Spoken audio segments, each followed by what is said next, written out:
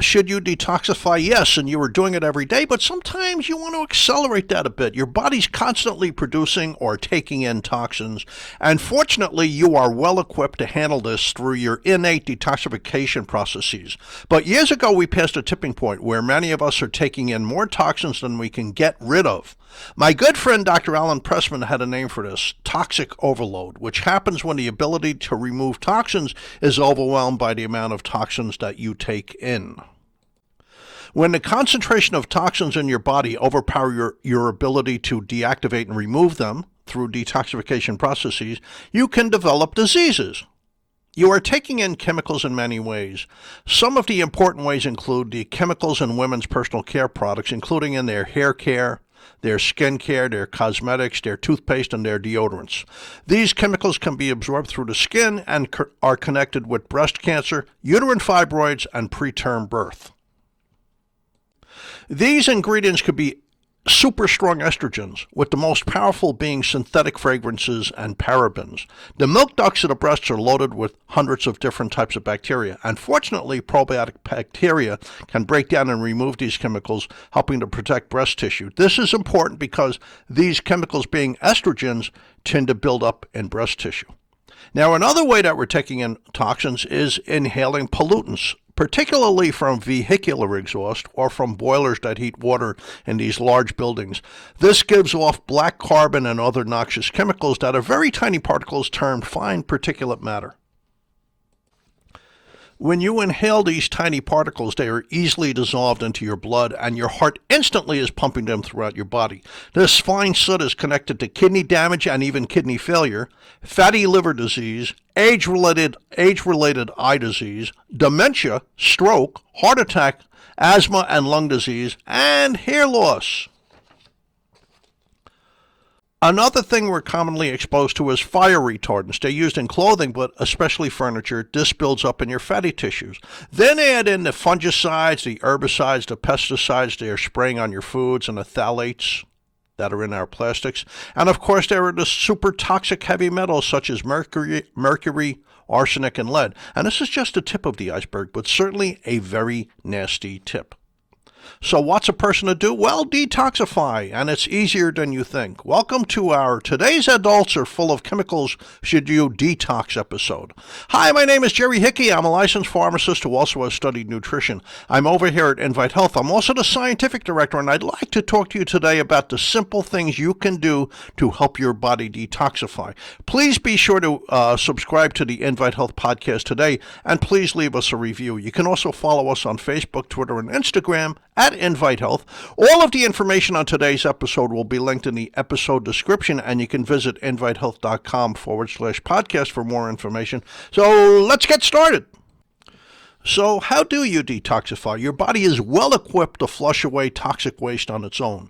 If you're living a generally healthy lifestyle, the liver, the kidneys, your skin, your gut, and your lungs are always working to get rid of the stuff that doesn't belong in you. So here's how each organ plays its part in making sure you stay as toxin-free as possible. Your skin, it's a barrier between you and the world.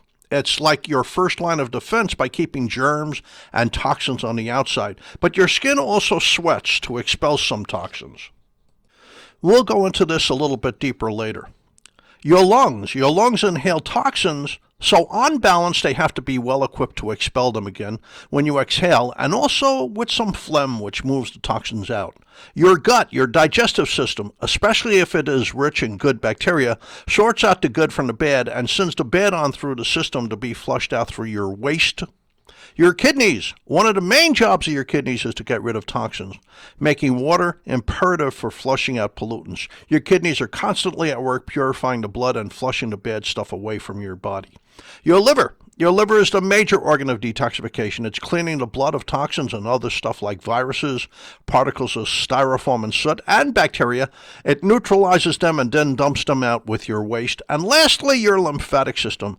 Your system is kind of like a shadow circulatory system. It circulates throughout the body in the lymphatic vessels. It picks up waste products from your cells and carries the waste away to the bloodstream where the toxins can be processed and eliminated. When your body is healthy and you eat a good diet and you exercise, it does a good job of keeping up with the toxins protecting us. However, today with so much chemical exposure, that's kind of getting twisted. Your body's natural detoxification mechanisms need help. They can get overwhelmed. So let's go to a quick break. When we come back, we'll discuss what to do to help your body detoxify.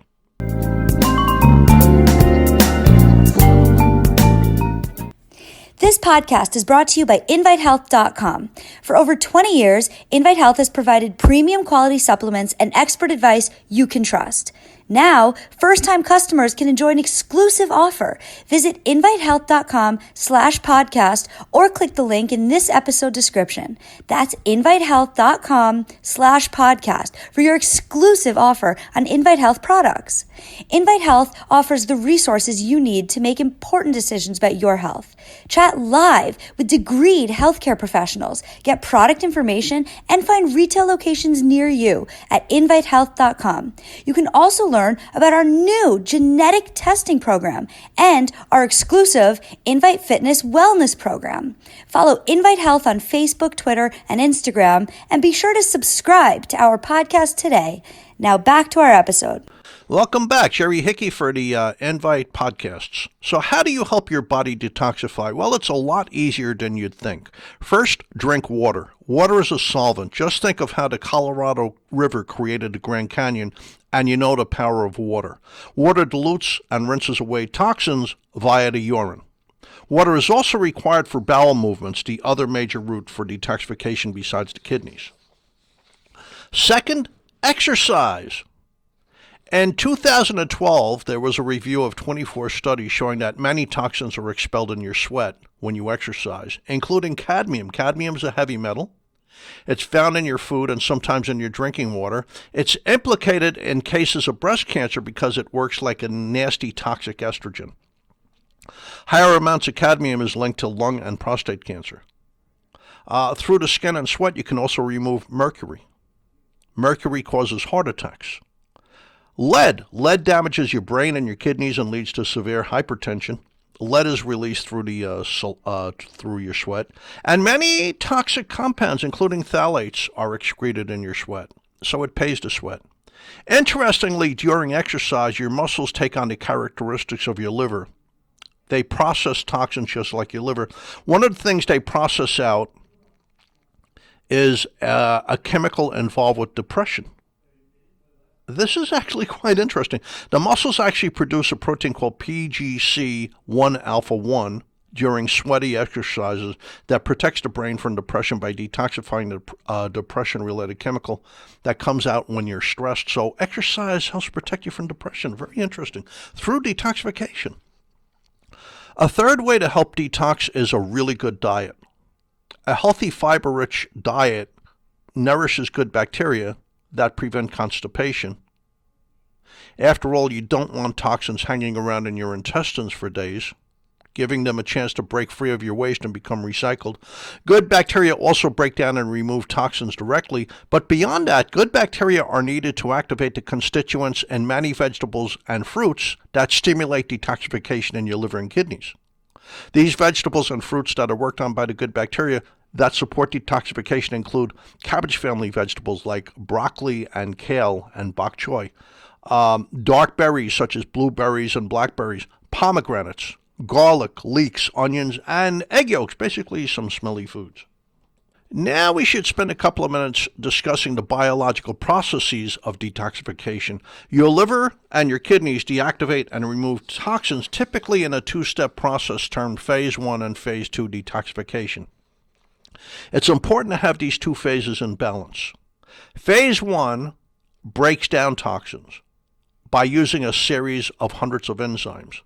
Now, sometimes this actually activates toxins and makes them many times more dangerous. Phase 2 is often needed to finish up the process of detoxification by adding an agent to the toxins, rendering the toxins inactive and making them more water-soluble, completing the process of removal. Then the toxins leave the body through your urine or feces. If phase 1 detox is more active than phase 2, the toxins can be activated and build up, and they're not yet removed, So activated toxins are actually building up in your system. So if you can step up the tempo of phase 2, you get the activated toxins out of your body faster before they can start causing problems. So what is needed for phase 1 to start the process of toxin removal? For phase 1, you need protein and you need a good multivitamin. A good multivitamin supplies you with vitamin A, the mineral magnesium, folate, and other B-complex vitamins. All of these are necessary for the function of the hundreds of enzymes involved in phase 1 detoxification. Additionally, you have to make sure you can activate folate. Some people cannot, because without it, not only can toxins build up, but you cannot adequately protect yourself from cancer. Folate is also known as vitamin B9. It's well known for its ability to reduce the risk of birth defects in babies. Folate is needed to create healthy red blood cells. It's also key in lowering the level of a dangerous metabolite in the body known as homocysteine. Homocysteine is best known as a toxin to the cardiovascular system that can contribute to heart disease and developing a stroke. However, folate has other jobs also. Folate helps protect you from the first 2 steps in the cancer process.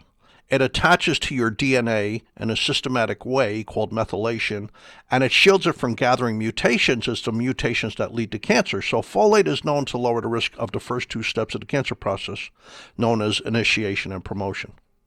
But folate is also needed for phase 1 detox. So you have to make sure you can convert folate into its active form, and this is important. A lot of multivitamins have folic acid, which is synthetic folate. It's not active. If you can't convert that into the active form, which is called methyl tetrahydrofolate, you cannot detox and you cannot protect your genes from mutations. A gene test can tell you if you're activating folate into the active form. Interestingly, the best multiples on the market now include the active form of folate. You also need plenty of antioxidants as a shield, because your liver and your kidneys are busy processing out toxins. This creates a lot of free radicals that can damage the liver.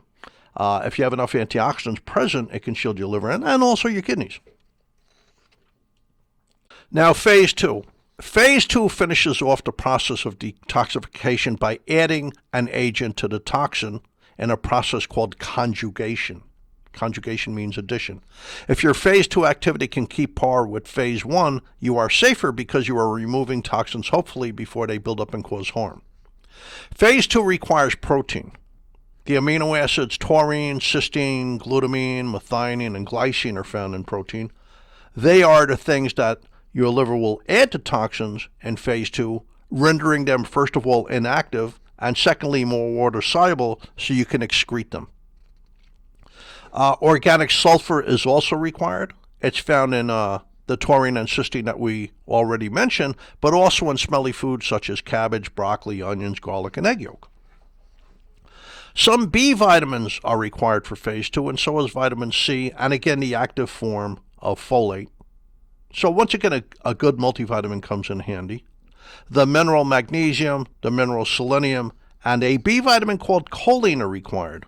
The best sources of choline are egg yolks, but there is the issue of excessive cholesterol intake here with egg yolks, so you can't do that every day, and choline only lasts for 1 day. A good krill oil supplement comes in very handy here. It supplies choline as the best form, phosphatidylcholine, which is better absorbed than regular choline, and it's very useful for detoxification. Phosphatidylcholine also helps protect your liver from developing fatty liver, so that's like added value. Phosphatidylcholine is also needed to protect your brain. It's needed for your memory. It's needed for muscle health and your nerves. So taking a good krill oil can improve the function of detoxification. Now, I think we covered it. Thank you for tuning in to the Invite Health podcast. You can find all of our episodes for free wherever you listen to our podcast or by visiting invitehealth.com/podcasts. Please make sure you subscribe and please leave us a review. You can follow us on Facebook, Twitter, and Instagram at Invite Health. We'll see you next time on another episode of the Invite Health podcast. Thank you for listening.